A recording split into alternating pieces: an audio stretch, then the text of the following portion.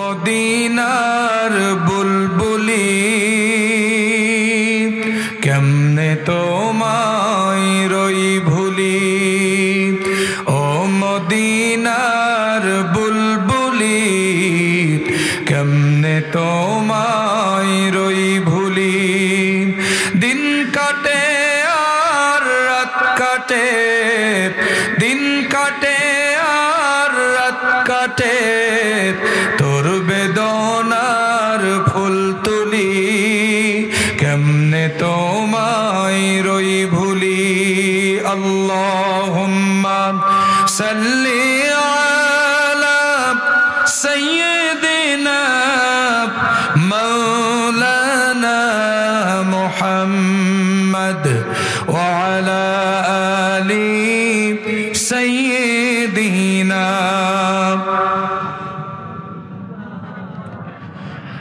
মৃত্যুকে বরণ করে গাইতো যারা মৃত্যুকে বরণ করে গাইতো যারা কোরআনের জয়গান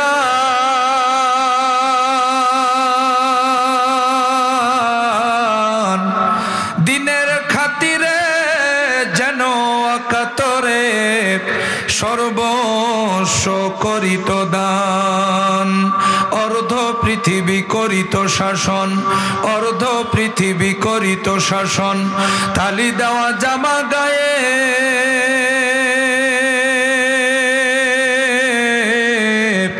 আটার বস্তা পিঠে করে নিয়া সে দিত দুস্থ মায়ে আজ কোথায় গেল সেই মানব দরদী আজ কোথায় গেল সেই মানব দরদী তাওহীদি সন্তান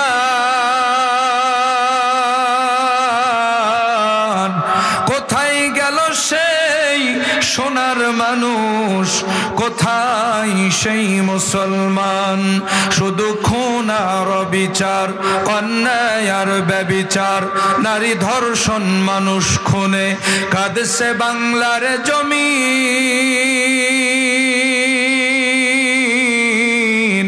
বিদায় হতে চলেছে নবীজির রক্তে মাখা দিন লা ইলাহা জোরে লা ইলাহা সবাই পড়েন কেউ জবান বন্ধ রাখবে না মেহেরবানি করে জোরে সোরে সবাই পড়েন লা ইলাহা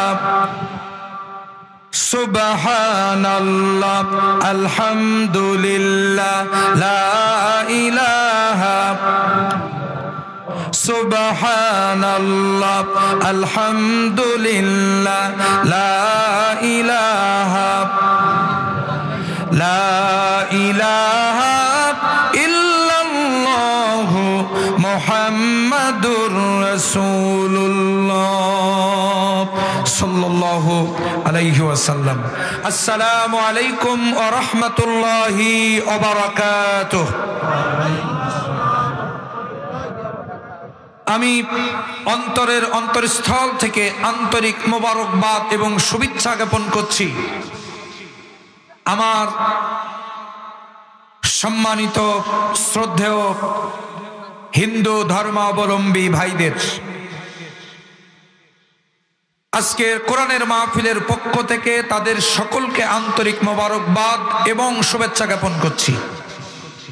আসুন আমরা শুকরিয়া আদায় করি সে মহান আল্লাহ সুবহানাহু ওয়া তাআলার দরবারে যে আল্লাহ তাআলা আপনাকে আমাকে সুদীর্ঘ 17টি বছরের জুলুম নির্যাতন নিপীড়নের কালো অধ্যায়কে পার করে বিগত 5ই আগস্টের ছাত্র জনতার গণ অভ্যুত্থানের মধ্য দিয়ে গোটা পৃথিবীর নিকৃষ্ট স্বৈরাচার জালিম ফ্যাসিস্ট ভোটচোর খুনি সরকারের পতন এবং পলায়নের মধ্য দিয়ে গোটা বাঙালি জাতিকে দ্বিতীয়বারের মতো আবারও স্বাধীনতার স্বাদ গ্রহণ করার সুযোগ করে দিলেন। এজন্য আমরা খুশি না বেজার? আরেকটু জোরে বলতে হবে, খুশি না বেজার? বিগত 15টি বছর গোটা বাঙালি জাতি একটা জেলখানার ভিতরে বন্দী ছিল। এমন কোন জুলুম ছিল না যা এই পতিত স্বৈরাচার সরকার বাংলাদেশের মানুষের উপরে করে নাই। একটি বছর আগের ইতিহাসের দিকে নজর বোলান। এরকম একটি মাহফিল করতে হলে অন্তত মাহফিলের 6 মাস আগের থেকে মাহফিল ইন্তেজামিয়া কমিটির সদস্যদের থানার বারান্দায়, কোর্টের বারান্দায়, এসপি অফিসে, ডিসি অফিসে আর এলাকার পাতি নেতা সাথী নেতাদের বাড়িতে হাঁটতে হাঁটতে জুতার তলা ক্ষয় হয়ে যেত অনুমতি নেওয়ার জন্য। আসতে বলবেন না, জোরে বলেন ঠিক না ঠিক? আজকের এই মাহফিল করতে কারো অনুমতি লেগেছে? জোরে কোনো অনুমতি লেগেছে? কারণ এ জমিন কার? কি আল্লাহর নাম নিতে আপনাদের ভয় লাগে না? নাকি 5 তারিখের আগে আছেন এখনো? 5 তারিখের পরের মতো একটু জবাব দেন, জমিনের মালিক কে? আরো জোরে বলেন, জমিনের মালিক কে? আসমানের মালিক কে? কোরআন শরীফের মালিক কে? আমাদের মালিক কে? সুতরাং আল্লাহর জমিনে আল্লাহর কোরআনের কথা আল্লাহর গোলামেরা বলবে, তোমার মতো পাতি নেতা সাথী নেতার কাছে কিসের অনুমতি লাগবে? কথা বলেন ঠিক না ঠিক? সুতরাং যে মহান মনিব আপনাকে আমাকে একটি মুক্ত পরিবেশে স্বস্তির নিঃশ্বাস ফেলার সুযোগ করে দিলেন, এজন্য সেই আল্লাহর দরবারে সেজদা অবনত মস্তকে কালিমাতুর শুকরিয়া আদায় করছি। শরীরের সবটুকু শক্তি কণ্ঠের আগায় নিয়ে এসে শুকরিয়ার ঝান্ডাটা আরশে আজিমে পৌঁছায় দেই। চিৎকার করে বলুন আলহামদুলিল্লাহ, আর একটু জোরে বলুন আলহামদুলিল্লাহ। লক্ষ কোটি দুরূদ আর সালাম বিশ্ব মানবতার মহান মুক্তির দিশারি, নির্যাতিত নিষ্পেষিত লাঞ্ছিত বঞ্চিত শোষিত মানবতার পরম বন্ধু, কাল কিয়ামতের কঠিন বিপর্যস্ত ময়দানে আপনার আমার জন্য একমাত্র সুপারিশকারী আকাই নামদার তাজেদার মদিনা জনাবে মুহাম্মদুর রাসূলুল্লাহ, আমরা সকলে বলি সাল্লাল্লাহু আলাইহি ওয়াসাল্লাম। মাগফিরাত কামনা করছি। যুগে যুগে কালে কালে আল্লাহর জমিনে আল্লাহর দ্বীন প্রতিষ্ঠার আন্দোলন করতে গিয়ে বুকের তাজা রক্ত এই জমিনে যারা ঢেলে দিয়ে শাহাদাতের নজরানা পেশ করে গহীন অন্ধকার কবরে চলে গিয়েছেন, এবং এই বাঁশঘাটা গ্রামের মাটির নিচে যত মুমিন মুমিনাত শুয়ে আছেন, আল্লাহ রাব্বুল আলামিন যেন প্রত্যেকের কবরগুলোকে জান্নাতুল ফিরদাউসের সর্বোচ্চ মাকাম বানিয়ে দেন। আমরা সকলে বলি আল্লাহুম্মা আমিন। আরো জোরে বলেন আল্লাহুম্মা আমিন। আমি আজকে শ্রদ্ধার সাথে স্মরণ করছি আমাদের এই বাঁশঘাটা গ্রামের নয়নমণি, যার হাত ধরে এই যে মানুষটা পাশে বসে আছেন আপনারা দেখতেছেন, ইনি এবং আমার মরহুম আব্দুস সাত্তার মোল্লা, ইনাদের হাত ধরে এই সংগঠনের বীজ এই অঞ্চলে বপন হয়েছিল। দ্বীনি ইলমের বীজ এই অঞ্চলে বপন হয়েছিল। এই যে মঞ্চে আমাদেরকে দেখতেছেন, আব্বা আম্মার দোয়ার পরেই সবচেয়ে বেশি প্রচেষ্টা ছিল এই মানুষটার। আজকের বিগত 15টি বছর জালিমের জাতাকলে নির্যাতনে পিষ্ট হয়ে যখন আমরা একটা স্বাধীনতা পেলাম, প্রথম বার্ষিক তাফসিরুল কোরআন মাহফিল বাংলাদেশ জামাত ইসলামীর ব্যানারে হচ্ছে, কিন্তু সেই বীজ বপনকারী মানুষটা আর আমাদের মাঝে নাই। আজকে যদি তিনি থাকতেন কত খুশি হতেন। গত কয়েকদিন আগে তিনি আমাদের মাঝ থেকে চিরজনমের মতো অন্ধকার গহীন কবরে চলে গিয়েছেন। দীর্ঘদিন বিছানায় শায়িত ছিলেন। আল্লাহ তাআলা যেন আমার শ্রদ্ধেয় শিক্ষক, আমাদের সকলের শ্রদ্ধেয় মুরব্বী আব্দুস সাত্তার মোল্লা নানার কবরটা জান্নাতুল ফিরদাউসের সর্বোচ্চ মাকাম বানিয়ে দেন। আমরা সকলে বলি আল্লাহুম্মা আমিন। সম্মানিত হাজিরিন, আমি ভূমিকায় মোটেও কথা লম্বা করব না, যেহেতু তাফসীরুল কোরআন মাহফিল, আমরা কোরআন থেকে কিছু কথা আলোচনা করার চেষ্টা করব ইনশাআল্লাহ। আমি আপনাদের সম্মুখে পবিত্র কোরআনুল কারীমের 42 নম্বর সূরা, সূরাটির নাম সূরা শুরা। এই সূরা শুরার 13 নম্বর আয়াতের মাঝখানের একটু অংশ তেলাওয়াত করেছি। আজকে আলোচনার মূল বিষয় হলো বাংলাদেশে ইসলামী রাষ্ট্র প্রতিষ্ঠার উপকারিতা।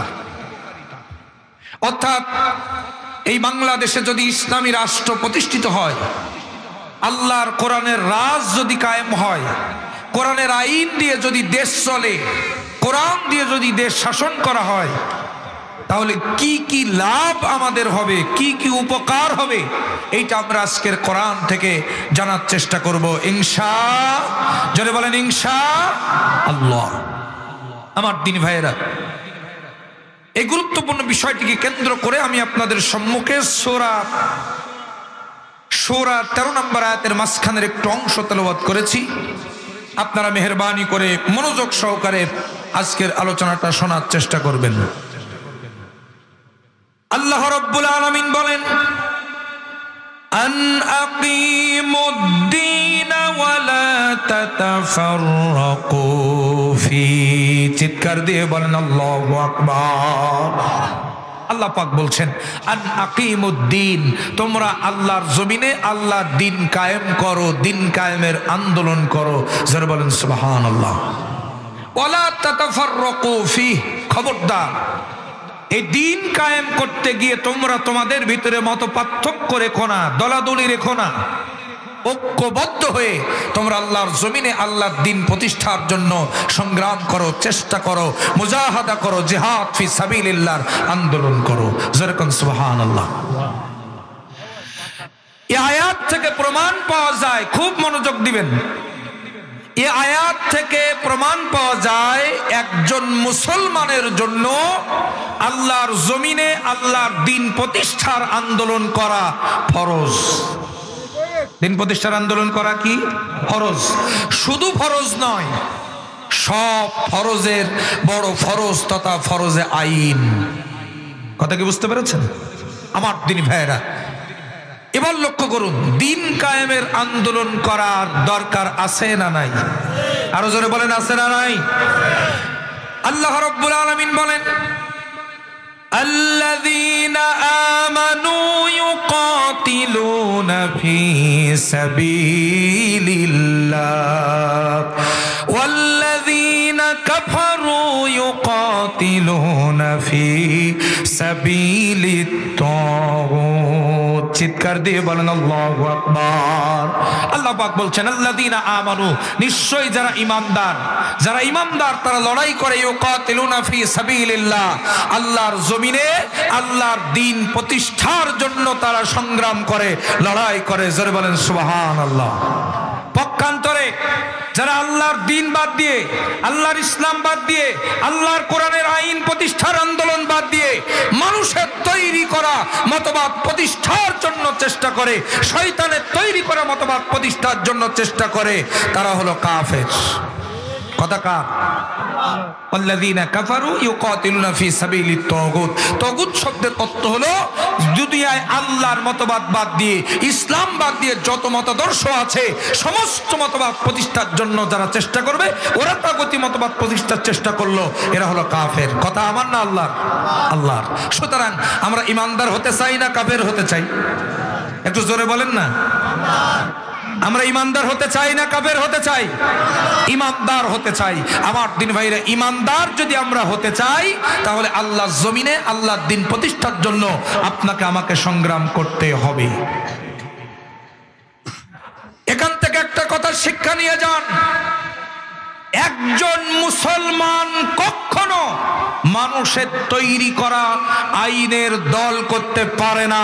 হারাম, হারাম এবং হারাম। কথা বলেন। একজন মুসলমান সে শুধু আল্লাহর ইসলাম প্রতিষ্ঠার জন্য চেষ্টা করবে। আপনি মুসলমান, মানুষের তৈরি করা ন্যাশনালিজম, জাতীয়তাবাদ, সেকুলারিজম, ধর্মনিরপেক্ষ মতবাদ, কমিউনিজম, আপনি যত মতবাদ পৃথিবীতে আছে ইসলাম বাদ দিয়ে কোন মতবাদ প্রতিষ্ঠার আন্দোলন করতে পারবেন না। হারাম। যদি করেন কাফের হয়ে যাবেন। কথা কার? আল্লাহর কথা। সুতরাং আপনার জামাত ইসলামী ভালো লাগে, আপনি জামাত ইসলামী করেন। আপনার জামাত ইসলামী ভালো লাগে না, খেলাফত মজলিস আছে সেটা করেন। খেলাফত মজলিস ভালো লাগে না, সরমুনায় পীর সাহেবের ইসলামী আন্দোলন আছে সেটা করেন। আপনার ইসলামী আন্দোলন বাংলাদেশ ভালো লাগে না, হেফাজতে ইসলাম আছে সেটা করেন। আপনি মুসলমান হিসাবে আপনাকে একটা ইসলামী দল করতেই হবে। কোন রকম মানব রচিত মতবাদের পেছনে দল করা মুসলমানদের জন্য জায়েজ নাই। হারাম, হারাম, হারাম। কথা কি বুঝতে পেরেছেন আমার দিনী ভাইরা? সুতরাং আল্লাহর জমিনে আল্লাহর দিন প্রতিষ্ঠার জন্য আমাদেরকে কাজ করতে হবে। কি দিয়া? লাঠি সোটা দিয়া নাকি বলেন? বোমা বিস্ফোরণ করে? না, কি দিয়ে? জান এবং সম্পদ দিয়ে। জান এবং সম্পদ দিয়ে আল্লাহর দ্বীন প্রতিষ্ঠার জন্য চেষ্টা করতে হবে। এবার লক্ষ্য করেন, আমাদের আলোচনার মূল বিষয় হলো আল্লাহর জমিনে আল্লাহর দ্বীন প্রতিষ্ঠার যদি চেষ্টা আমরা করতে পারি, আর যদি দ্বীন প্রতিষ্ঠিত হয়ে যায়, কোরআনের রাজ যদি কায়েম হয়ে যায়, কি কি লাভ আমাদের হবে, আজকে আমরা সেইটা আলোচনা করব। 7টি লাভ আল্লাহর জমিনে যদি আল্লাহর দ্বীন কায়েম হয়। কয়টা লাভ? আরো জোরে কোন কয়টা লাভ? 7টা লাভ আমাদের হবে। একটু মনোযোগ সহকারে শোনার চেষ্টা করবেন আমার দ্বীন ভাইরা, আমার বাবাজিরা। 1 নাম্বার লাভ হলো আমার ভাইরা, আমার দেশ থেকে চুরি দূর হয়ে যাবে। কি দূর হবে? একটু জোরে বলতে হবে, কি দূর হবে? আমরা বক্তারা হলাম মেশিন, আর আপনারা হলেন তেল। তেল না দিলে যেমন মেশিন চলে না, শ্রোতা আওয়াজ না দিলে বক্তার ওয়াজও হয় না। যে মুড়ি খাইতে গেলে বেশি আওয়াজ হয়, শব্দ হয়, ওই মুড়ি মজা না খাইতে গেলে কোনো আওয়াজ নাই, নরম ভাগ, ওই মুড়ি খাইতে মজা। একটু আওয়াজ দেন না মেহরবানি করে। আমার বাইরে 1 নম্বরে কি বন্ধ হবে? চুরি বন্ধ হবে। আমাদের দেশে চুরি আছে না নাই? একটু জোরে বলতে হবে, আছে না নাই? আমার দ্বীন ভাইরা, ইতিহাস লক্ষ্য করুন, বিগত 17 বছরে বাংলাদেশে শুধু অর্থ পাচার হয়েছে 26 লক্ষ কোটি টাকা। কত কোটি টাকা? 26 লক্ষ কোটি টাকা এই চোরের দল, রক্তচোষার দল আমার ভাইরা পাচার করে বিদেশে পাচার করেছে।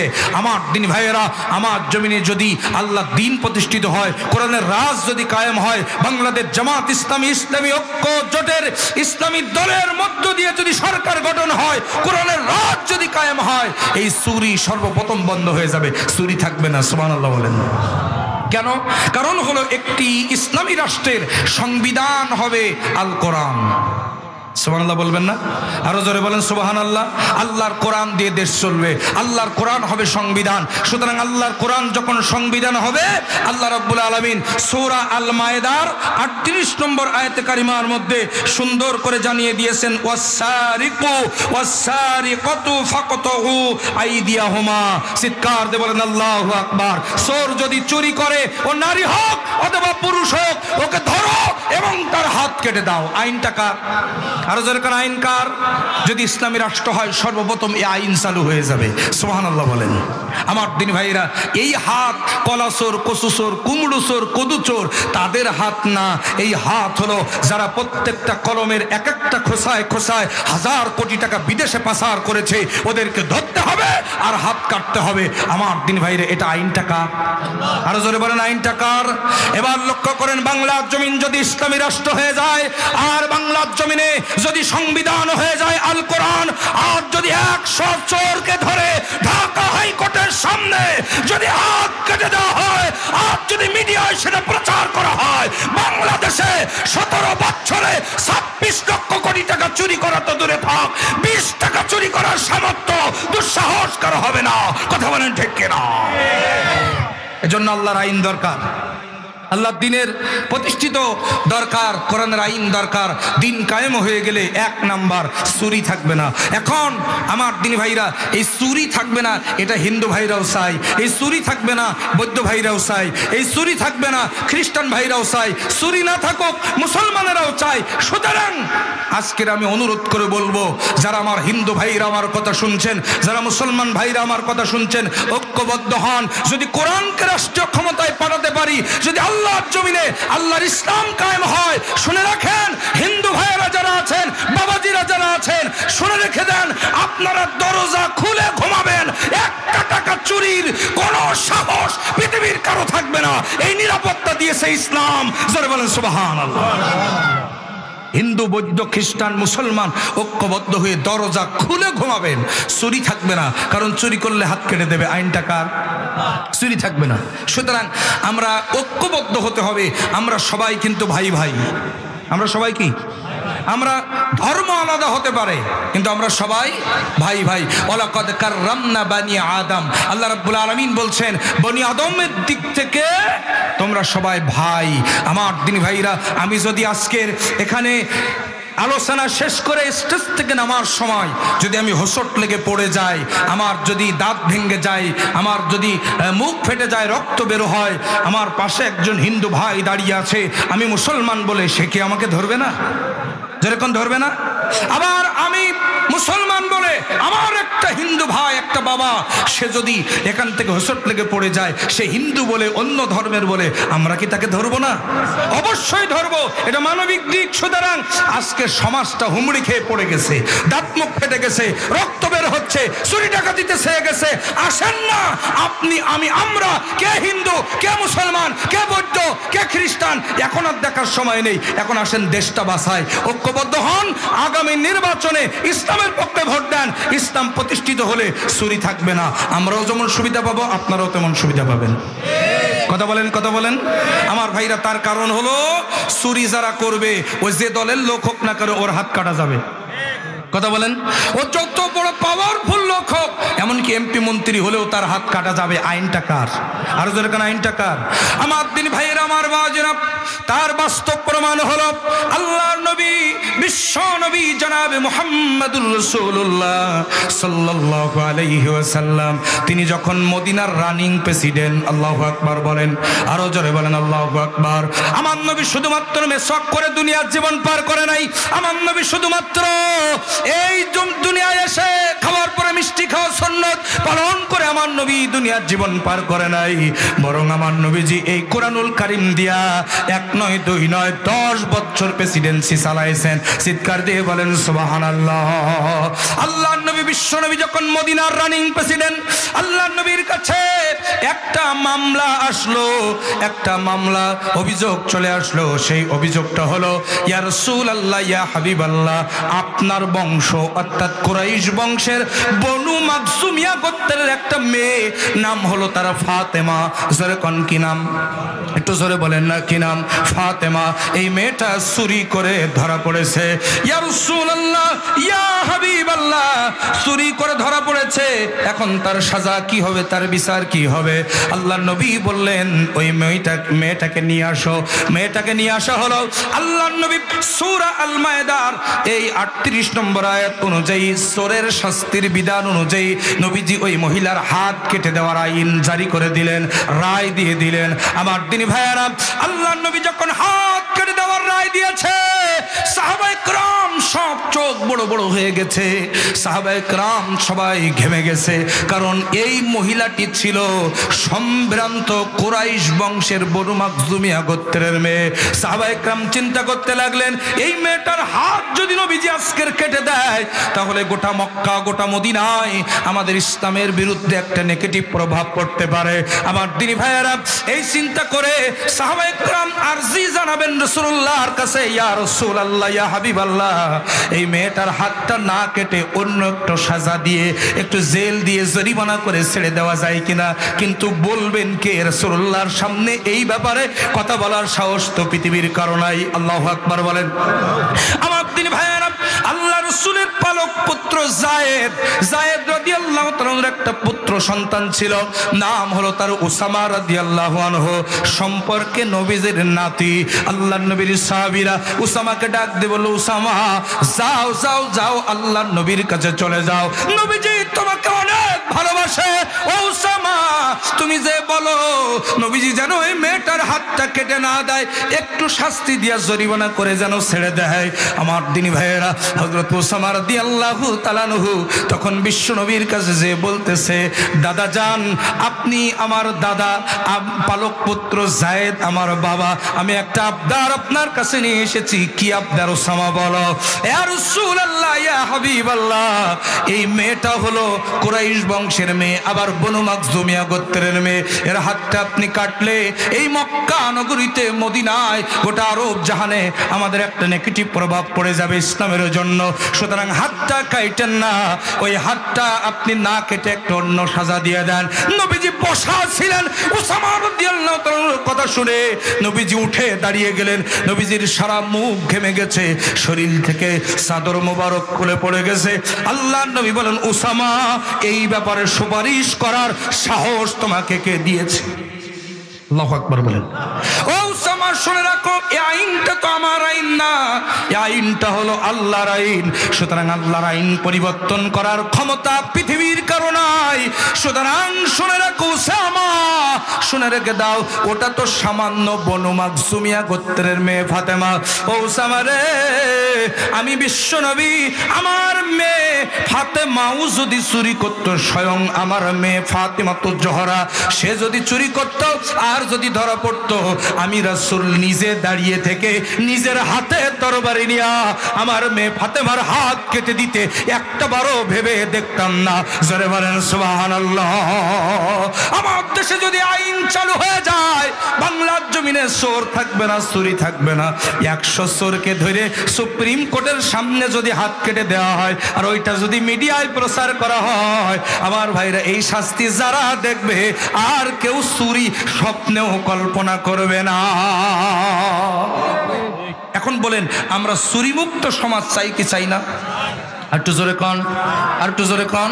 চুরিমুক্ত সমাজ যদি চাই, তাহলে আল্লাহর জমিনে আল্লাহ দিন কায়েমের জন্য আমাদের সকলকে চেষ্টা করতে হবে। যদি দিন কায়েম হয়ে যায়, চুরি থাকবে না, 1 নাম্বার লাভ। জোরে বলেন সুবহানাল্লাহ। আমার ভাইয়েরা, এবার লক্ষ্য করেন, 2 নাম্বার লাভ হলো মাদক থাকবে না। মাদক, আমাদের সমাজে মাদক আছে না নাই? আর একটু জোরে কোন আছে না নাই? আমার ভাইরা, এই মাদকের ভয়াল তাবায় কত সন্তান তার পিতাকে হারালো, কত পিতা তার সন্তানকে হারালো, কত মেধাবী স্টুডেন্ট হারাইছে এ জাতি।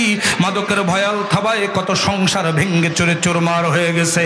আমার দিনী ভাইয়েরা, ইসলাম যদি প্রতিষ্ঠিত হয়ে যায়, কোরআনের রাজ যদি কায়েম হয়ে যায়, এই মাদক চিরতরে বিদায় নিবে। জোরে কোন সুবহানাল্লাহ।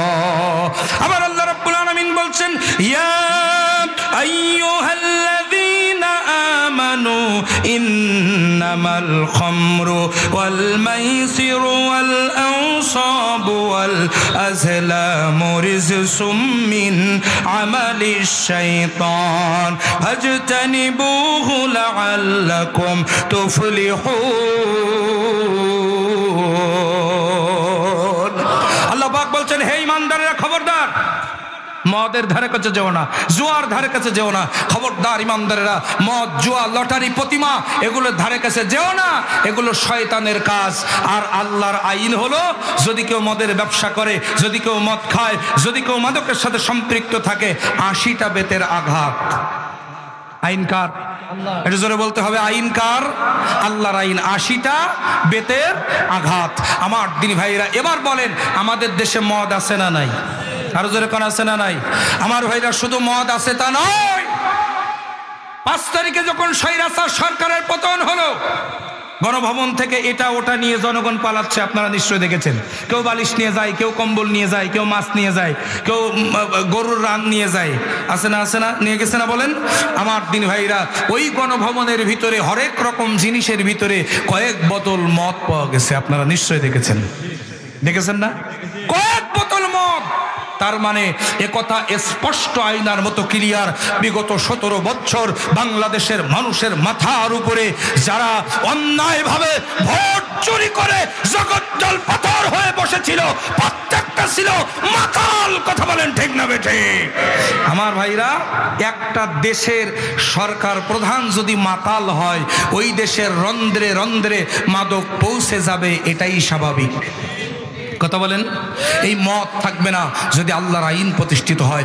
80টা বেতের আঘাত করা হবে, মিডিয়ায় প্রচার করা হবে, মাদকের সাথে সম্পৃক্ত ব্যক্তিকে ধরো, 80টা বেতের আঘাত করো। রাষ্ট্রীয় আইনে, ইসলামের আইনে মদ থাকবে।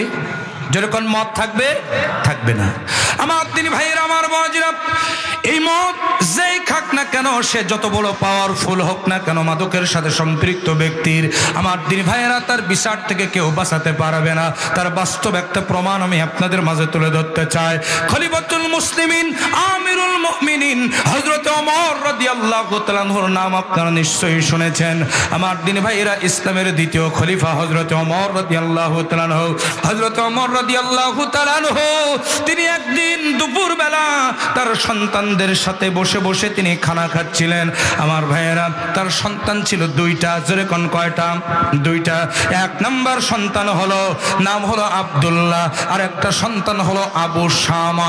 আবু শামা হলো ছোট ছেলে। 2 ছেলেকে 2 পাশে বসায়া আমিরুল মুমিনিন, তিনি তখন অর্ধ জাহানের খলিফা, অর্ধেক পৃথিবীর প্রেসিডেন্ট, যার পদভারে অর্ধেক পৃথিবী প্রকম্পিত হতো, অর্ধেক পৃথিবী থরথর করে কাঁপত।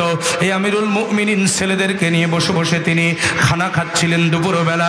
এমন সময় ওই আবু শামা ছোট ছেলের মুখ দিয়ে মাদকের গন্ধ বের হয়েছে। স্বয়ং নিজের ছেলে, নাম হলো আবু শামা। আবু শামার মুখ দিয়ে মাদকের গন্ধ বের হয়েছে। নাউজুবিল্লাহ বলেন। আমার দিনী ভাইয়েরা, আমিরুল মুমিনিন হযরত ওমর রাদিয়াল্লাহু তাআলা আনহু সঙ্গে সঙ্গে ছেলের জামার কলারটা ধরে ফেললেন। জামার কলার ধরে বললেন, আশারিবতু খামরান, তুমি কি মদ খেয়েছো? বলছে, বাবা আমি মদ খাই নাই, আমি খেয়েছি নাবিস। কি খেয়েছি? আর যখন কি খেয়েছি? নাবিস খেয়েছি। নাবিসটা কি জিনিস? সৌদি আরবের ভিতরে একটা রেওয়াজ আছে, সেটা হলো যে এক গ্লাস দুধের ভিতরে সন্ধ্যাবেলা আপনি 4 থেকে 5টা খেজুর, আরবের খেজুর, আপনি ওইটা ডুবাই রাখবেন। সকালবেলা ওই সারা রাত ডুবানো থাকবে, সকালবেলা আপনি ওইটা খাবেন। এইটা খুবই শরীরের জন্য অত্যন্ত উপকারী। এখনো পর্যন্ত আরবরা এটা করে। তবে সত্য হলো একদিনের বেশি 3 দিন রাখা যাবে না। একদিনের বেশি যখন 3 দিন হয়ে যাবে, 2 দিন 3 দিন, তখন এটা মদ হয়ে যাবে, অটোমেটিক কি হয়ে যাবে? মদ হয়ে যাবে। তখন এইটা খাইলে পরে মস্তিষ্ক বিকৃত হয়ে যাবে। সুতরাং এইটা করা যাবে না। একদিন আজকের সন্ধ্যাবেলা রেখে সকালবেলা খেতে হবে। আমার দিনবার এটাকে বলা হয় নাবিস। ওমর রাদিয়াল্লাহু তাআলার ছেলে বলছে, বাবা আমি ওইটা 3 দিন রেখে ফেলেছিলাম। কয়দিন? 3 দিন। যার কারণে এটা মাদক হয়ে গেছে। বাবা আমাকে ক্ষমা করে দেন, আমি জীবনে আর কখনো এই কাজ করব না। আমিরুল মুমিনিন হযরত ওমর রাদিয়াল্লাহু তাআলা আনহু একটা সেকেন্ড দেরি করলেন না। খানা খাওয়া বাদ, আমার দেশে মদ আর আমার ঘরে মদ, আমার ছেলে মাদকের সাথে সম্পৃক্ত।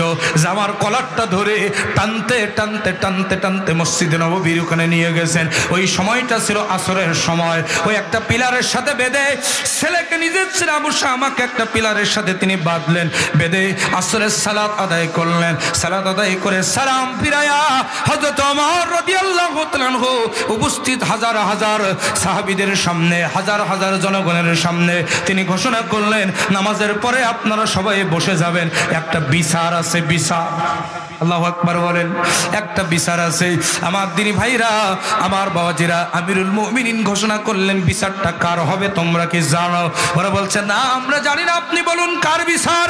আমিরুল মুমিনিন ডাক দিয়ে বলছেন, এই বিচারটা হলো আমার ছেলে আবু শামা মদ খেয়েছে, প্রমাণ হয়ে গেছে, 80টা বেতের আঘাত তার করা হবে, তার বিচার হবে। আল্লাহু আকবার বলেন। আর জোরে কোন আল্লাহু আকবার। আমার দিনী ভাইয়ের, আমার বাবাজিরা, আমিরুল মুমিনিন হযরত ওমর রাদিয়াল্লাহু তাআলা আনহু নামাজ শেষ করলেন। সাহাবায়ে কেরাম মনে মনে ভাবলেন যে না, আমিরুল মুমিনিন যেহেতু নিজের ছেলে, তাকে শাস্তি দেবে না, হয়তো কয়েকটা বাড়ি মেরে কিছু কাফফারা দিয়ে ছেড়ে দেবে। আবার কেউ কেউ বলছেন না, আমিরুল মুমিনিনের হাত থেকে একটা বাড়ি শেষ হওয়ার আগ পর্যন্ত কেউ আবু শামাকে আজকে ছাড়াতে পারবে না। আল্লাহু আকবার বলেন। আমার দিনী ভাইয়েরা, নামাজ শেষ হয়ে যাওয়ার পর মসজিদের পিলারের সঙ্গে বাঁধা ছেলে আবু শামা মদ খেয়েছে, 80 বেতের আঘাত ফরজ হয়ে গেছে। আমার দিনী ভাইয়েরা, আমার বাবাজিরা, গভীর মনোযোগ দিয়ে দেন। 80 বেতের আঘাত যখন ফরজ হয়ে গেছে, তার বিচার যখন শুরু হবে, ঠিক এরকম সময় তিনি জল্লাদকে ডাক দিলেন। জল্লাদকে ডাক দিয়ে বললেন, জল্লাদ রে, চাবুক নিয়ে আসো, বেত নিয়ে আসো। বেত নিয়ে আসা হলো। বাড়ি মার আবু শামার পিঠে 1টা 2টা 3টা করে বাড়ি মেরে দিয়েছে। 3 বাড়ি যখন মারা হয়ে গেছে, আমিরুল মুমিনিন ডাক দিয়ে বলছে, ও জল্লাদ, তুই কি চাকরি বাঁচাস নাকি তুই বাড়ি মারিস? চাকরি বাঁচাস নাকি বাড়ি মারিস? তো তুই যে বাড়ি মারতেছিস, আমি আমার পছন্দ হচ্ছে না, সুতরাং তোর চাবুকটা, তোর বেতটা আমার হাতে দে। আল্লাহু আকবার বলেন। আর জোরে কোন আল্লাহু আকবার। আমার দিনী ভাইয়েরা, আমিরুল মুমিনিন নিজে নিয়ে নিলেন, নিজের হাতে করে চাবুকটা নিয়ে, আমার ভাইরা, আমার বাবাজিরা, ওই জল্লাদ কিন্তু তার শরীরের সজোরে আবু শামার পিঠের মধ্যে চাবুক মারতেছিলেন। কিন্তু ওমর রাদিয়াল্লাহু আনহুর পছন্দ হয় নাই। মনের মধ্যে একটা চিন্তা করেছে, আজকে যদি আমার ছেলে আবু শামা খলিফার ছেলে হিসাবে ওই জল্লাদ যদি বাড়ি একটা বাড়ি আসতে মারে, কিয়ামতের কঠিন দিন মুসিবতের সময় আমি আল্লাহর দরবারে জবাব দিতে পারবো না, আসামির কাঠগড়ায় দাঁড়িয়ে যাব। আল্লাহ হয়তো বলতে পারে, ওমর তুমি কি এমন ক্ষমতার বাহাদুরি দেখিয়েছিলে যেই ক্ষমতার বাহাদুরিতে তোমার জল্লাদ তোমার ছেলের পিঠে বাড়ি মারতে একটু কিঞ্চিত পরিমাণ দুর্বলতা পোষণ করেছিল, এই সুযোগ আমি দেব না, ওই বেদটা আমার হাতে দাও। চিৎকার দিয়ে বলেন সুবহানাল্লাহ। আমার দিন ভাইরা, আমার বাজিরা, আল্লাহর নবীর সাহাবী খলিফাতুল মুসলিমিন আমিরুল মুমিনিন ওই বেদটা নিজের হাতে নিয়ে এবার সাইড থেকে বাড়ি মারা শুরু করলেন। আমার ভাইরা, 30টা বাড়ি যখন মারা হয়ে গেছে, কয়টা? আরো জোরে কোন কয়টা? 30টা বাড়ি যখন মারা হয়ে গেছে, আমিরুল মুমিনিনের স্ত্রী হযরত ওমর রাদিয়াল্লাহু তাআলা আনহুর স্ত্রী এসে হযরত ওমরের পা দুটো জড়ায় ধরেছে, জড়ায় ধরে বলছে, ওমর রে, বাকি 50টা বাড়ির জন্য আমি প্রত্যেকটা বাড়ির জন্য একটা করে উট আল্লাহর রাস্তায় কোরবানি করে দেব। আমার ছেলেটাকে মারিস না রে ওমর, আমার ছেলেটাকে ছেড়ে দে। আমার তিনি ভাইয়েরা, আমিরুল মুমিনিন ডাক দিয়ে বলছেন, এই মহিলাকে আমার সামনে থেকে নিয়ে যাও, 80টা বেতের আঘাত শেষ না হওয়া পর্যন্ত আমার হাত থেকে আবু শামা নামক মাদকের অপরাধীকে কেউ ছাড়াতে পারবে না। জোরে বলুন সুবহানাল্লাহ। 40টা বাড়ি মারার পরে ছেলেটা অজ্ঞান হয়ে গেছে, সেন্সলেস হয়ে গেছে। 50টা বাড়ি যখন মেরে দিয়েছে, আমার ভাইরা, 50টা বাড়ি মারার সঙ্গে সঙ্গে নিজের ছেলে আবু শামা নিজের হাতে, আমিরুল মুমিনিনের হাতে খুন। 50টা বাড়ি মারার সাথে সাথে আবু শামা শেষ, বিদায় হয়ে গেল, মারা গেল। আমিরুল মুমিনিন বলছেন, সাহাবীদেরকে বলছেন ও তার সাথী সঙ্গীদেরকে বলছেন, এরে গোসল দে, গোসল দে, কাফন পরা। গোসল দেওয়া হলো, কাফন পরানো হলো, জানাজার নামাজ শেষ হয়ে গেল।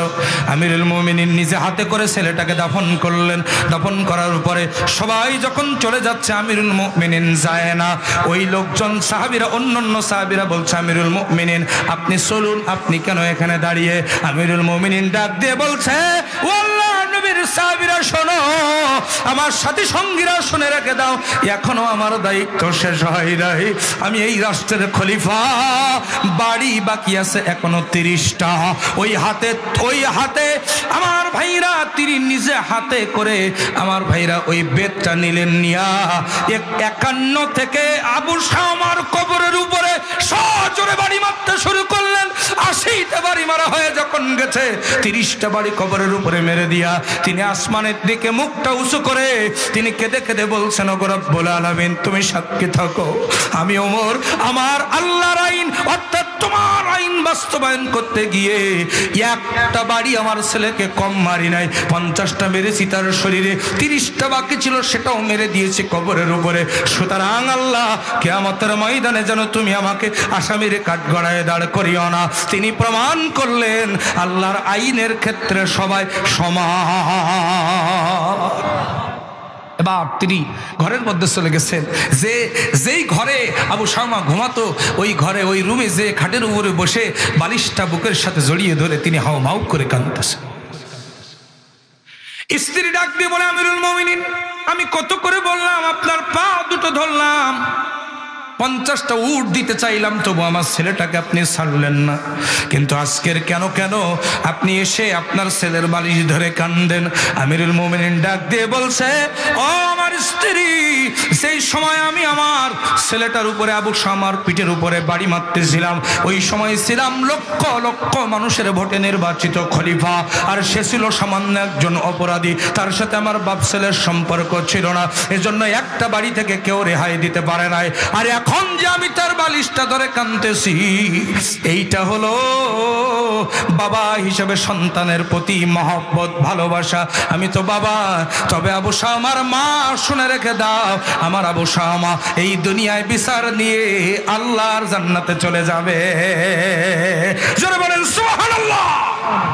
ওই দিন এই দৃশ্য লক্ষ লক্ষ মানুষ দেখেছে এবং তারা শপথ গ্রহণ করেছে, অন্তত পক্ষে আমিরুল মুমিনিন যতদিন ক্ষমতায় থাকবে, এই আইন যতদিন থাকবে, আল্লাহর আইন, ততদিন পর্যন্ত আমরা মাদকের ধারে কাছেও যাব না। জোরে বলেন সুবহানাল্লাহ, আরো জোরে বলেন সুবহানাল্লাহ।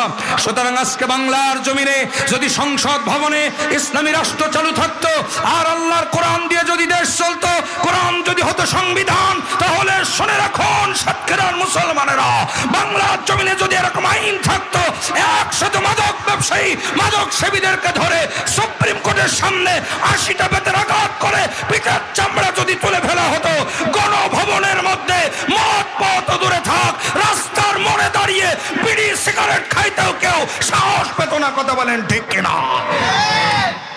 সুতরাং আল্লাহর আইন দরকার, আল্লাহর আইন দরকার। আল্লাহর আইন যদি চালু হয়ে যায়, আমার দিল ভাইরা, 2 নম্বরে মাদক থাকবে না, মাদক মুক্ত সমাজ আমরা উপহার পাবো। আমার ভাইরা, এই মাদক না থাকুক, এটা হিন্দু ভাইরাও চায়, মাদক না থাকুক বৌদ্ধ ভাইরাও চায়, মাদক না থাকুক খ্রিস্টান ভাইরাও চায়, মাদক না থাকুক মুসলমানেরাও চায়। আসেন না আমরা সবাই এক হয়ে আগামী সংসদ নির্বাচনে আল্লাহর কোরআনকে যারা ক্ষমতায় নিয়ে যেতে চায়, রাষ্ট্রীয় মর্যাদায় নিয়ে যেতে চায়, আমরা সবাই মিলে ঐক্যবদ্ধ ভাবে সেই দলকে সমর্থন করি, আমরাও নিরাপদে থাকবো, সমাজটা মাদক মুক্ত হয়ে যাবে। যেরকম সুবহানাল্লাহ, আরো যেরকম সুবহানাল্লাহ। যারা দাঁড়িয়ে আছেন মেহরবানি করে একটু বসা যাবে না? এই যারা দাঁড়িয়ে আছেন, ভলেন্টিয়ার যারা আছে, স্বেচ্ছাসেবক, অনুরোধ করব যারা দাঁড়িয়ে আছেন আপনাদেরকে আস্তে করে বসাই দেন, মেহরবানি করে একটু ময়দানে আসেন। কোরআনের ময়দান, প্যান্ডেল ফাঁকা থাকতে আপনার রাস্তাঘাটে ঘোরাফেরা করবেন না, বাজার ঘাটে ঘোরাফেরা করবেন না। হতে পারে আজকের মাহফিল আমাদের জীবনের শেষ মাহফিল, আবার হতে পারে আজকের এই মাহফিল আমাদের জীবনের জন্য নাজাতের ওসিলা। সুতরাং এই ফাঁকা জায়গাটুকু অন্তত আপনারা পূরণ করে বসেন, মেহরবানি করে। কেউ ফাঁকা জায়গা রাখবেন না, কোরআনের মাহফিল কেউ এদিক ওদিকে ঘোরাফেরা করবেন না আমার দিনী ভাইয়েরা। তাহলে 2 নম্বর লাভ কি বলেছি? হ্যাঁ, 2 নম্বর লাভ হলো মাদক মুক্ত সমাজ আমরা উপহার পাবো। যেরকম সুবহানাল্লাহ। কয়টা লাভ বলেছি? ইসলামী রাষ্ট্র হলে 7টা লাভ হবে, গভীর মনোযোগ দেন। 3 নম্বর লাভ হলো অমুসলিমরা তাদের পরিপূর্ণ নিরাপত্তা পাবে, তাদের অধিকার পাবে। সুবহানাল্লাহ বলেন, আরো জোরে বলতে হবে সুবহানাল্লাহ। আমার দিনী ভাইরা, আমার বাবাজিরা, এই যা বাংলার জমিনে যদি ইসলাম প্রতিষ্ঠিত হয়ে যায়, কোরআন যদি প্রতিষ্ঠিত হয়ে যায়, কোরআন যদি হয় সংবিধান, শুনে রেখে দেন, এ বাংলার জমিনে অমুসলিমরা সব চাইতে বেশি নিরাপত্তা পাবে। ডিমের মধ্যে কুসুম যেমন নিরাপদ থাকবে, আমার দিনী ভাইরা, ঠিক তেমনি করে এই বাংলার জমিনে ইসলামী রাষ্ট্রে মুসলমানেরা তেমন নিরাপদে থাকবে, অমুসলিমেরা তেমন নিরাপদে থাকবে। যেরকম সুবহানাল্লাহ, আরো যেরকম সুবহানাল্লাহ। মায়ের কোলে একটা শিশু যেমন নিরাপদ, মায়ের কোলে একটা শিশু যেমন নিরাপদ, ইসলামী রাষ্ট্রে অমুসলিমরাও হলো এরকম নিরাপদ। সুবহানাল্লাহ বলেন, আরো জোরে বলেন না সুবহানাল্লাহ। আমার দিনী ভাইরা, গভীর মনোযোগ দিয়ে কথাগুলো শুনতে হবে, কষ্ট হচ্ছে না তো আপনাদের? আল্লাহ রাব্বুল আলামিন বলেন অমুসলিমরা কেমন নিরাপদ পাবে, একটুখানি মনোযোগ দিয়ে দেন। আল্লাহ রাব্বুল আলামিন বলছেন, যদি ইসলামী রাষ্ট্র হয়, ওই ইসলামী রাষ্ট্রে অমুসলিমদের ব্যাপারে নিরাপত্তার আইন থাকবে, অমুসলিমরা নিরাপত্তা পাবে। মুসলমানদের কাছে সবচাইতে বেশি নিরাপত্তা পাবে অমুসলিমেরা। আল্লাহ রাব্বুল আলামিন সুন্দর করে জানিয়ে দিয়েছেন, যারা জানেন তারা পড়ুন আমার সঙ্গে। আল্লাহ পাক বলেন, কুল ইয়া আইয়ুহাল কাফিরুনা লা আ'বুদু মা তা'বুদুন ওয়ালা আনতুম আবিদুনা মা আ'বুদু ওয়ালা আনা আবিদুম মা আবাদতুম ওয়ালা আনতুম আবিদুনা মা আ'বুদ লাকুম দীনুকুম ওয়ালিয়াদিন। কোন সূরা? কোন সূরা? সূরা কাফিরুন। যেরকম কোন সূরা? সূরা কাফিরুন। আল্লাহ রাব্বুল আলামিন বলছেন, সবচাইতে বড় কথা হলো এ জায়গায় আল্লাহ পাক বলছেন, আমাদের ধর্ম আমাদের কাছে, অমুসলিম ভাইদের ধর্ম অমুসলিম ভাইদের কাছে, তাদের ধর্ম তাদের কাছে। আমরা যেমন ধর্ম পালন করি নিরাপত্তার সাথে, একজন অমুসলিমও ইসলামী রাষ্ট্রে ধর্ম পালন করবে, পূর্ণাঙ্গ নিরাপত্তা দেবে ইসলামী রাষ্ট্র। জোরে বলেন সুবহানাল্লাহ। আল্লাহর নবী বিশ্বনবী হাদিস শরীফের মধ্যে বলেছেন, খুব মনোযোগ দিয়ে দেন, বিশ্বনবী আমার ডাক দিয়ে বলছেন, ও আমার উম্মতেরা শোনো, সংখ্যাগরিষ্ঠ মুসলিম এলাকায়, অর্থাৎ যে এলাকায় মুসলমান বেশি, ওই এলাকায় যদি সংখ্যালঘু অর্থাৎ অল্প সংখ্যক যদি হিন্দু থাকে, অমুসলিম যদি থাকে, অল্প সংখ্যক যদি অমুসলিম থাকে, ওই অমুসলিমেরাও হলো ওই মুসলমানদের কাছে আমানত। সুবহানাল্লাহ বলেন না, একটু জোরে বলবেন না সুবহানাল্লাহ। অমুসলিমরা মুসলমানদের কাছে কি? আরো জোরে কন্যা, মুসলমানদের কাছে কি? আমানত।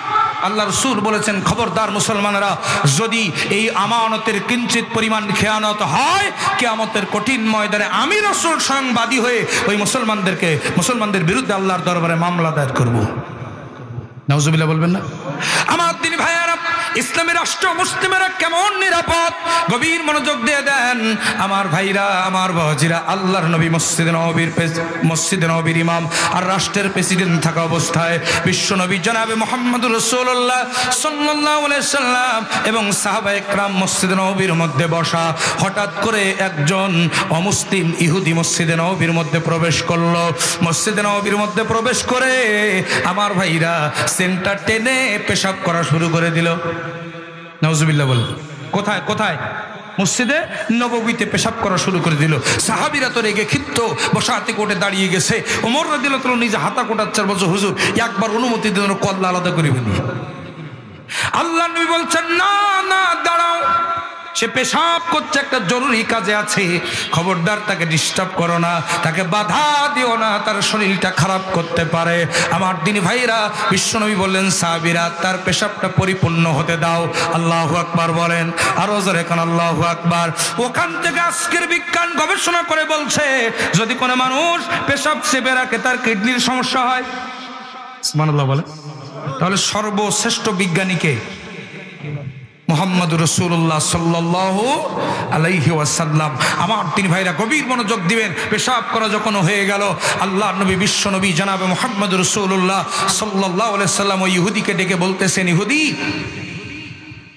এই জায়গাটাই পেশাব করতে নেই, যেহেতু এখানে আমরা আমাদের রবের সেজদা দেই, রবকে ডাকি, এখানে পেশাব করতে নাই।